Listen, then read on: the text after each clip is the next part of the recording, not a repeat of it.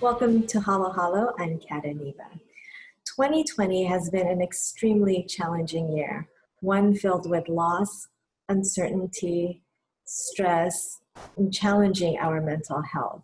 Joining us today is Link of Hearts founder and mental health awareness advocate, Elizabeth Tiglao Guss, to share her story and some tips that she's using during these unprecedented times. Hi, I am Elizabeth, founder of Link of Hearts. Our mission is to raise awareness for depression, spread hope, and help erase the stigma of mental illness. I was diagnosed with depression, bipolar, and anxiety disorder about 20 years ago. I suffered deeply with barely any support system because no one understood. Link of Hearts is my purpose. I do what I do because I want you to know that I get it. I know what you are going through. You are not alone. I believe that you can get better. You too can find the strength in you to fight and keep going. I am rooting for you. Welcome, Elizabeth. Thank you so much for being here today. Thank you for having me. Thank you for reaching out and inviting me to have this conversation. Yes, it's a very important conversation. But before we get started, I wanted to know, how are you doing? I am doing okay. Right this moment, I'm doing okay. Few hours from now, I can say I'm not doing okay. And that's okay, and right? that's okay too if I'm Yeah. not okay. So I've had a rough few weeks, over the months. But yeah, I mean, I'm not 100% myself, Mhm. but I'm doing okay. I like that. Now, you mentioned that you've had a rough couple of months. I know you've had this personal relationship with COVID. Do you mind sharing it with everybody else? Oh no, not at all. So we started our quarantine, like the stay at home orders, right, in March. And right in the beginning of it, um, I have my oldest brother is actually in New York. And so my oldest brother and his wife, my sister-in-law, have been sick. And so, right, I think a week later after the stay at home orders, we were already sort of watching the news and what's going on and the symptoms. And they were sick at home. And we were hoping, praying, obviously, that it doesn't get worse. It's okay. Just stay home. Let's pretend that, like whatever it is, like Yeah, just don't go out. right. Until they started having breathing, like difficulty breathing. And so they were rushed they had to go to the hospital. And that's when we were practically like on high alert. And so, long story short, they were tested positive COVID-19, the two of them. And it was such very emotional time for us because it was also the time then everything was heightened. Everything was, talking about the symptoms and everyone like losing their lives over, Mhm. this coronavirus. And it was a time that when you go to the hospital, no one could be with you and we couldn't talk to anyone. So we're like, how are we going to know how they're doing? And luckily they did bring their phones, but obviously they were also too sick to even communicate. So the lack of communication, I think, made it so worse for us. Mhm. And because of everything, you've been hearing so many news about it, and you're also worried about our parents on how they were going to take it, right? Because it could go either way, and it was really, really scary. And then maybe another week later, we have an aunt in New Jersey, which is another household. And New Mhm. Jersey and New York had like one of the highest Tired. rates, right? And so my aunt, she was also sick, a cousin, so his son, and then another cousin. So from the same household, practically three of them tested positive, but my aunt was the only one hospitalized. So three family members were in the hospital for more than a week or so. And I think that was the time that the family just came together because we didn't know how else to. Yeah. Yeah. And it was like I personally had so much anxiety because I was restless. We didn't know what was happening or what was going to happen. And that was hard. It was really Yeah. scary. So it really hit home for us. Mhm. And it was a trying time, but it was also a test of our faith and patience and family. Since then, that was probably like March 20th, Mhm. 27 or whatever. Um, families started coming together every night, praying via Zoom call from all over the world. Like, as Filipinos, we have Yeah. family all over the world. And so we will Yes. come together and pray the rosary every single night. And we have continued ever since, Oh, that's to this day. beautiful. To this Wow, day. that's beautiful. Yeah. And so we came together, and then we just really, we hung on to our faith. And luckily, right before Easter Sunday, everyone went home, Yay. and Oh, that's everyone great. recovered. And a couple are probably my brother, they're still sort of like recovering, but everyone is recovering very well. Nice. And we have so much to be thankful for. Oh, But yeah, that pretty much started this whole thing, like for wow. us and for me. And so it's like, what do we do? Oh my gosh. Yeah. I can only imagine what Yeah. everyone was going through, how you were feeling, the ups and downs. Yeah, we were crying. I mean, I was crying almost every day just because of the unknown. Yeah, I was going to say it was so early on because you said March, mid-March. That's when they were. They were slowly coming up with all the news and all the the unknown. Right. The And that death. was, yeah, that was really the beginning of the rough few weeks, I would say. And even because even when they got home, they were sent home, Mhm. obviously they were still being monitored and making sure that their oxygen level is, an average. And so, because you hear stories where they were sent home and then they sent Yeah, back to the hospital.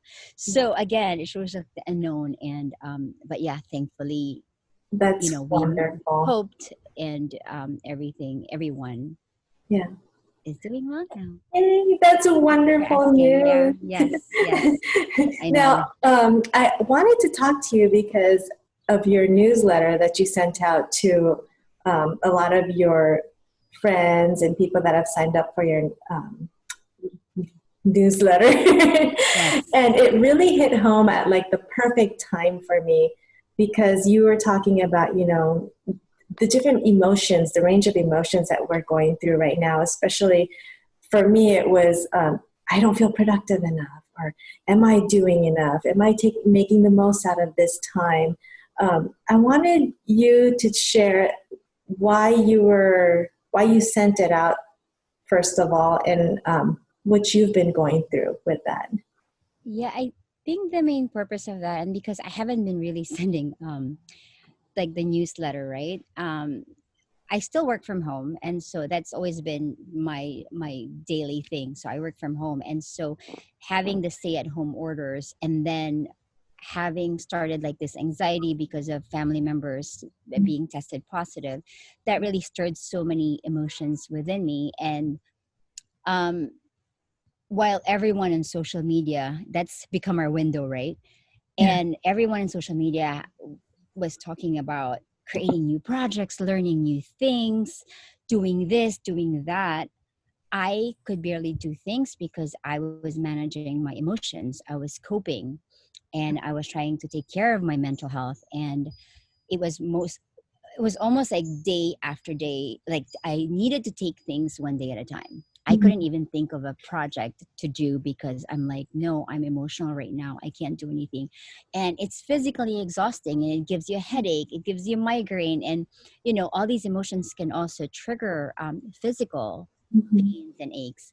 So for me, I felt for a while, I started with questioning myself, like, you haven't even done anything. Like, what have you done all these time? And I felt so unproductive. I felt like, why is everyone learning new things? And meanwhile, for me, okay, I'm still working at home, and then I'm still doing daily chores, but Yeah. nothing new for me, right? Yeah. And I've wondered, is it just me feeling this way? And I think that's why I wanted to share that if you're feeling unproductive, if you have not created a new project, if you have not finished a book, it's okay, because that's how I've been doing. And for a while, I questioned myself, and I was like, sort of almost disappointed, because I'm like, are you kidding me? You haven't even, like, what can I say? What have I done during Yeah. this quarantine? Like, I don't know. I baked this. That's it, like a muffin or whatever, but nothing so grand Yeah. that you hear from everyone, right? So I felt Yeah. the need to share that, because it's okay. Like, if Yeah.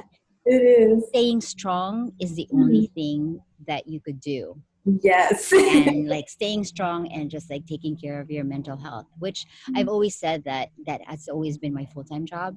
Mhm. um like taking care of my mental health, because I mean, first and foremost, I think that's the really important thing, Yeah. Yeah. especially during these, circumstances. Yeah, I completely agree with you because it all starts there, right? Your mental health. And then Yeah.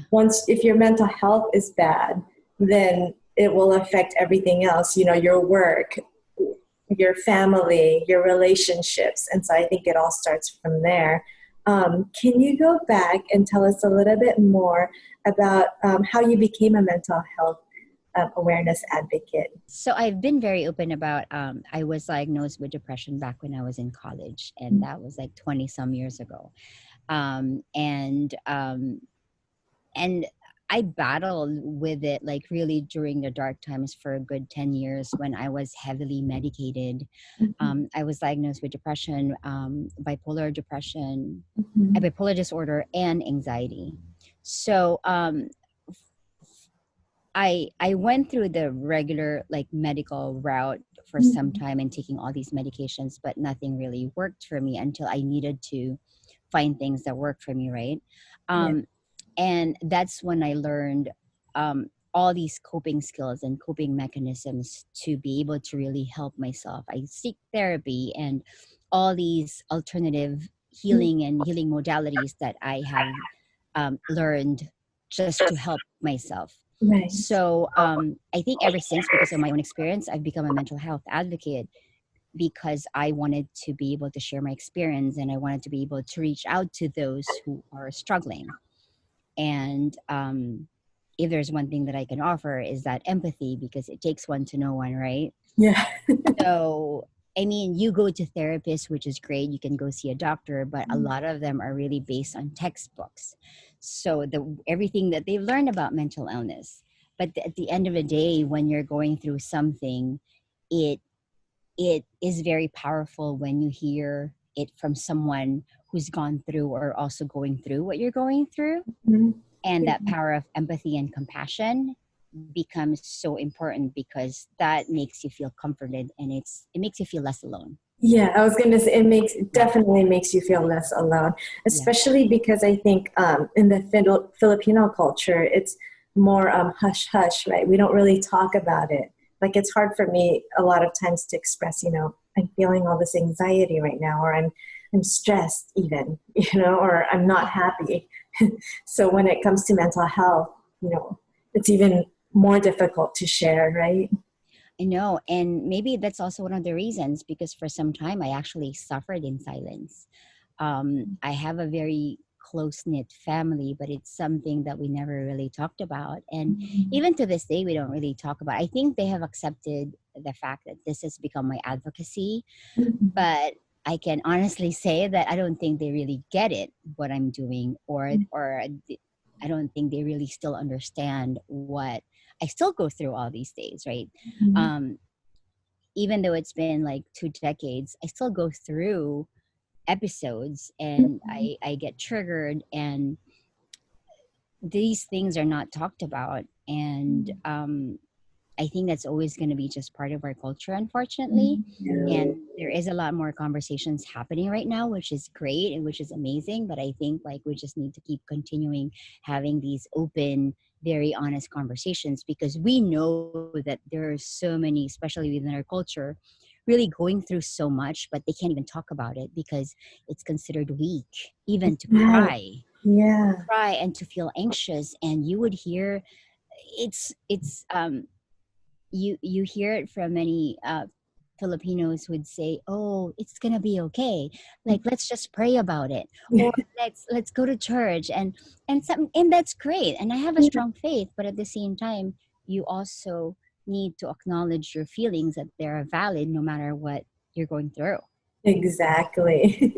So there's a lot to be talked about, I think, within our culture, and I think it's key, especially in with the new generations, the younger generation. That while there is an more open conversation now, the thing is they're still living under households by older Filipinos, the older tradition. Better, So yeah. somehow it's being passed on to the younger generation, right? Even though they are more open to conversations, if Yeah. that makes sense. Yes, that makes sense. Which I believe is part of the reason that you created Link of Hearts, to create this safe space, right? Tell us a little bit more. Yeah, I think Link of Hearts was really just because of my advocacy. I wanted to do something. Mhm. I wanted to be a part of the conversation, and I wanted to share my story with the hopes of just like with the intention of spreading hope. So it's really spreading hope through our products. All the products have an inspirational word or phrase as a daily reminder, like it's going to be okay, or whatever word resonates with you. Like, because personally, when I was going through my darkest days, I had a bracelet that had the words wisdom, courage, and strength. During those times, I didn't really have a good support system. I had two Mhm. friends who knew about it, but unfortunately, I didn't have a bigger support. So I was really on my own. Yeah. And I literally relied on those words on my wrist. And so I wanted to be able to pass that on. And so we started with the jewelry, having words engraved. And so whatever word speaks to you, and that's the Mhm. intention, whatever will bring you joy and whatever will bring you encouragement every day. And yeah, and it's like really sharing about my personal journey, even just to show that empathy and compassion, Yeah. because I know and I really get it. And it's not even so much about having gone through mental illness, right? It's also Mhm. about just all the different struggles that I've gone through my life. It's like, oh, you've gone through this, I've been there, I know how it feels like too. Yeah. So it's really that empathetic message Yeah. that I want to put out there, What? and that's what Link of Hearts is about. Yeah. And what? You talked about having a couple of friends that were kind of there for you, but for people that, you know, what can we, well, not me, because I know I struggle, but what can our friends do for us, you think? What's a best advice for our friends if they see someone struggling with mental illness, or just daily life, you know? Yeah, I think the best thing that you can do if you know someone, a friend or a loved one who is going through something, is to be there. The thing is, reality is, it's hard to be there for someone if you don't understand what they're going through, right? But I think the intention of being there, whether or not you understand it, and to acknowledge that they're going through something and that their feelings are valid, whatever that is, Yeah. because we tend to somehow criticize, what are you so depressed about, you have a good life, or why are you so stressed out, like you have this, you have that. But it doesn't matter. At the end of the day, every feeling is valid. And for someone, if you have a loved one going through something, just acknowledge it and validate it, and then be there for them whether or not you understand. And I think to make them feel that they're not alone is probably the best thing that you could do. And sometimes, like I remember when, and even till now, I would share something to my husband and I would say, you don't have to fix it, Yeah. just want you to be there Yeah. and tell Exactly. me, and please remind me it's going to be okay. Yeah. Because sometimes, I mean, things are not fixable. Like you can't just, like, you can't fix things, you can't offer advice. Yeah. Just having someone physically there, even over the phone, or And like this yeah, video call, just just someone listen. listening. Yeah. Yeah, I was gonna say and just really listening. listening. Yeah. That's the best thing that you can do. Yeah. Don't tell me I'm crazy, just listen. And do you see where I'm coming from? Exactly, just Yeah. be there for me. Yeah. And I don't need you to tell me what to do or to fix Yeah. things. I don't expect you to fix it. I just want you there. I think my biggest problem is saying how I feel. Even to this day, where like sometimes I'm embarrassed to say, I'm scared to just go. Like, I think I was talking to you earlier, I'm scared to just go out to the grocery store sometimes. Like, I'm feeling all this anxiety and I'm too embarrassed to share it to people because, to them, it's like this small task. Yeah. You know, Yeah. what are some tips you would give for someone, that's going through just anxiety and just stress? Um, I think, first of all, you don't need to explain yourself. I'm learning this myself and I'm trying to practice it because I catch myself sometimes like having to explain why I don't feel comfortable going outside. Yeah, Or I used to have a severe social anxiety, yeah. and I feel the need. So sometimes I would feel the need to explain myself, but the Hmm. reality is, no, I don't need to explain myself. And I think that's part of validating my own feelings myself if I'm going through my anxiety. Hmm. For me, it's really self-awareness is key, right? Hmm. Being aware of what makes you feel good, of what makes you feel safe, Yeah. of what makes you feel comfortable. If going out doesn't make you feel comfortable today, that's Hmm. okay. So Yeah. what will make you feel safe? Like, you don't need to pressure yourself to go out. You don't need to pressure yourself to do anything. I mean, sure, we have responsibilities. What I Hmm. do is, let's say I have a deadline for work. I would allow myself, I'm feeling too much, I'm overwhelmed. I would allow myself to feel all the feelings and just be with it for a day or two, longer if need be. And Yeah. then if I have a deadline, okay, by Thursday, I'll get that done. Yeah. I think allowing yourself to feel and give yourself space to feel all the feelings Hmm. is key, because the more you deny it, like what you resist persists, right? Ooh, So I like that. it's the same thing. If Uh-huh. you keep denying that, no, I'm okay. No, I'm really okay. It's going to be okay. But like, if it's not okay, it's fine. Yeah. Because I hear this from family members, and I said, but it's okay if you're not okay. So what if you're not okay? Yeah. But there's a balance. I think there's a fine line between having a positive mindset Mhm. but also acknowledging your feelings, because we tend to be like, no, I want to be positive and I'm gonna be, it's okay. But you're just, for me personally, you're just shoving down your feelings, but those feelings are meant to come out in one way or another. It's Yeah. either one day you're going to blow up and you're going to have an emotional breakdown, and I still do, Yeah. in spite of allowing my days, and just because that's just who I am. Or you Right. have days where I do believe that there is a connection between your emotions and your physical health. And Hmm. so when you shove so much emotions within you, it's bound to come out physically. So sometimes when I have a migraine, I'll start Yeah. thinking, what's been stressing me out? I'm suppressing something. So Yeah. I'm very mindful of that. I'm aware. And that's because of years of experience, right? And years Right. of learning about myself, years of really studying on learning about, self growth, self Mhm. development.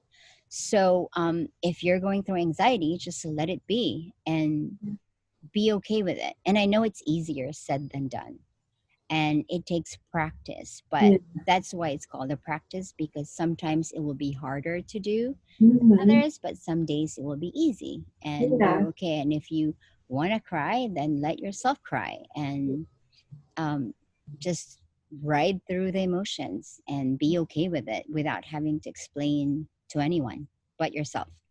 I like that. You don't have to Yeah. explain yourself No. and No. feel your feelings. I'm a big hide it, everything's gonna be okay, and then and then it just blows up. Yeah. I'm like, great. Where did Yeah. all this come from? And it's because you keep pushing it down. Exactly. And Yeah. I think that's a big part of our culture. Yeah. And that's a big part of us not conversing about what we feel. And Mhm. our culture are always just about having fun, having a great time. And well, that's all good. Yeah. Reality is there's a flip side to it, right? That we do go through our own struggles, Mhm. and why not talk about them? Yeah. And I personally hate small talks. I like to dig deep. I Mhm. like to have deep conversations, but it makes others uncomfortable. Yeah. So when I have a conversation, I try to kind of test it out and ask, how are you really doing? No, like, really, how are you feeling? Right? I know. When you asked me that, I was like, blah, blah, blah, blah. all of this, and you're like, I felt bad. I was like, oh my gosh. No, I love it because I think it also is, when I do that, it's also a validation for me that you're going through something as much as I am. Yeah. I'm here openly talking about it, but I know that given the opportunity and given the space, I think you will talk about it too, and another person will too. But Yeah. I think it's just been our culture, or it's just our society, that we just like, no, I'm okay, I'm good, I'm fine. Yeah. It's just the thing. And now I'm mindful when someone asks me, I'd be like, I'm okay, I think. Because I feel like I'm lying to myself and I Yeah. can no longer pretend. I know. I used So, to be quick answer. I'm okay, but now I'm yeah, like, yeah. huh. I'm kind of okay. And we have this habit of saying, how are you? I'm good. Thanks. How are Yeah. you? Yeah. You tell me about you. I don't want to talk about me, you know? But am I really good? Are you really good? Right? I think so. It's one of those. Do you want to share some of your methods on how to like de-stress if you're having a hard day or if you're having a stressful day? Yeah, because sure, of course. It's the thing is, I don't think there's a specific set of things that I do. It's almost like I put so much in my toolbox, and it depends on what's The happening, and then I situation. pull out the tools, and then like maybe this will Mhm. work. So but in the last year and a half, I've actually developed a lot of different practices that are good for my mental health. I actually wrote an article about this, but I have a morning routine right now, Okay. and I meditate. I've started really consistently meditating in the last year and a half. And I know that can sound woo woo, or it's a bit Yeah. intimidating for a lot of people. Yeah. But I always say, like, even 5 minutes of just like stillness or silence, or however you want to call it, not even meditation, Yeah. like, like sitting with yourself for 5 minutes can do wonders. But I've developed that practice every morning. So I have a morning ritual. I do the meditation for 20 minutes, and then I read my devotions, and then I try to read at least a chapter of a book that it's encouraging to me or whatever. I Mhm. I I have a collection of books, so sometimes I have like 5 books like that I've started all at the same time, Uh-huh. and I do that because it depends on what I feel I need that day. Yeah. So either for work, for business encouragement, or for just inspirational, like, if I'm struggling with something, Yeah. then I will, or faith, I will read. So I always say that even reading a chapter a day can make a big difference, because by the end of the year, how many books have you really read, Yeah. right? Yeah. So that has been my morning ritual. Like, I would just sit and read, or sometimes I will journal. Yeah. And I've been journaling more just because I've had the rough few months. So I've been writing more. And after that, I listen to music. Mhm. um Whatever inspires you, whatever I'm in the mood, I can listen to worship songs, or I can listen to like Filipino old school songs Oh, even. I'm a big fan of Gary Valenciano, and so oh, who is it, um right? songs are so inspirational, and he's really been a big part of my music therapy over the Mhm. years. So simple things like that. And now being outdoor, this has actually been something that's I've been I would literally be out here all day, and I would only go inside to go to the bathroom or to get some food. Oh. But being outdoor and just getting some fresh air has been therapeutic for me. Mhm. And I know that not everyone has the liberty of having that outdoor space. Mhm. But even opening up your windows just to get some fresh air, I think Yeah, can it's do true. wonders. It's So, true. yeah, I mean, whatever really makes you feel good. Yeah. But these are the things that work for me. I read books and I listen to music. I take warm baths. So, and it's part of those being self-aware on what would help you, what makes you feel good, Feel good. Yeah. and then you do your self-care after that, right? So Yeah. you take care of yourself by doing warm baths, or if you want to watch Netflix, go binge watch something, Yeah. because that will be the only way to shut your brain from like thinking. Yeah. These are practices that I do, so it's not like exercising. That was a big thing because especially now, in the last few months with the quarantine, there's so many free online Yeah. classes, like fitness classes. So I actually had a friend who was doing dance fitness classes. So I was doing that every day. The movement just helped me cope because I felt so restless, like having family members Yeah. sick. Oh, So yeah, those are little things that you don't need to spend money on certain things, but again, do what works for you. mm, But those are the things that work for me. And I've been talking to two other girlfriends over these last couple of months closely, and we've been like, FaceTiming and such. And they would tell me, oh, I'm cooking, I'm baking, I'm making plant arrangements, or one is playing the piano. So yeah, we're all doing our own things that are just good for us. I like that. And then you just find that whatever that is, whatever floats your boat. So Yeah, keep doing it. It's good for you. exactly. Right? Exactly. For more info on you, because I know you also provide, you offer people to share their stories with you if they want. I know, if you guys are watching, if you want to share your story or send Elizabeth an email, where can we go, Elizabeth? So yeah, you can go to my website, linkofhearts.com. So link, it's really linking of hearts together, right? So linkofhearts.com. You can also email me at connect@linkofhearts.com. There's also an email contact information on the website. Social media, it's also called Link of Hearts. Yeah, and then feel free to reach out, even if you're not ready to share your story per se. I encourage you to just reach out, and however I can be there for you to serve you or to support you, to help you, I will be more than happy to just be your sounding board or just your support system, because I know how it's like. Sometimes it's hard to find that support system who can truly understand, and I am here for you guys.